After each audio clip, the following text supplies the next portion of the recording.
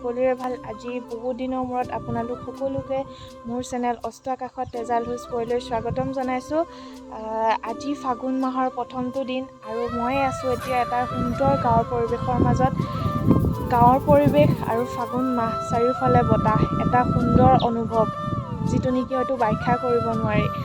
আৰু ফাগুন মোৰ বহুত বেছি প্ৰিয়, কাৰণ ফাগুনে উদং কৰি নিয়ে সেইটো সঁচা কথা, কিন্তু সেই ফাগুনে এটা নতুনত্বক আদৰাৰ প্ৰস্তুতি কৰি দিয়ে। আৰু লগতে আজি 14 ফেব্ৰুৱাৰী অৰ্থাৎ প্ৰেমৰ দিন। প্ৰেম আচলতে এটা স্বৰ্গীয় অনুভূতি, যি অনুভূতি প্ৰত্যেকজন ব্যক্তিৰ মনত থকাটো খুবেই বেছি প্ৰয়োজন। এইটো নহয় যে প্ৰেম মানে এটা ল'ৰাই এজনী ছোৱালীক ভাল পোৱাটোৱে বা এজনী ছোৱালীয়ে এটা ল'ৰাক ভাল পোৱাটোৱে। প্ৰেম আচলতে প্ৰত্যেকজন ব্যক্তিৰ মাজত থাকি ইজনে সিজনক সহানুভূতি দেখুওৱাটো, ইজনে সিজনক সহায়ৰ হাত আগবঢ়োৱাটো, ইজনে সিজনক সুখ দুখৰ লগত অন্তৰ্ভুক্ত হোৱাটোৱে প্ৰেম।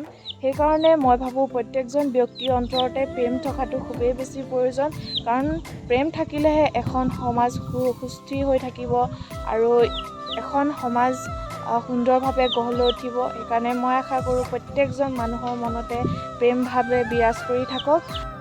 আৰু লগতে আজিৰ এই দিনটো প্ৰেমৰ দিনৰ লগতে কলা দিন হিচাপেও পালন কৰা হয়।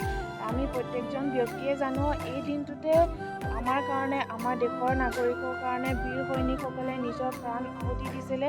সেইসকলক মই শ্ৰদ্ধাৰে সুঁৱৰিছোঁ আৰু শ্ৰদ্ধাঞ্জলি জ্ঞাপন কৰিছোঁ। আৰু লগতে সেইসকল পিতৃ মাতৃক বহুত ধন্যবাদ জ্ঞাপন কৰিছোঁ, যিসকল পিতৃ মাতৃয়ে নিজৰ সন্তানক দেশৰ বাবে, দেশ মাতৃ সেৱাৰ কাৰণে উৎসৰ্গিত কৰি দিছে। আৰু লগতে আজিৰ এই দিনটোত মই আশা কৰিছোঁ, কাৰণ আজি প্ৰেমৰ দিন, আৰু সকলোৰে মনত প্ৰেম ভাৱ বিৰাজ কৰক আৰু হিংসাৰ ভাৱ নাশ হওক।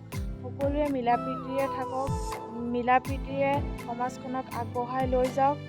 আৰু লগতে বিশেষকৈ নতুন প্ৰজন্মৰ মাজত দেশপ্ৰেমমূলক ভাৱ জাগৃত হওক, সেইটোকে কামনা কৰিছোঁ।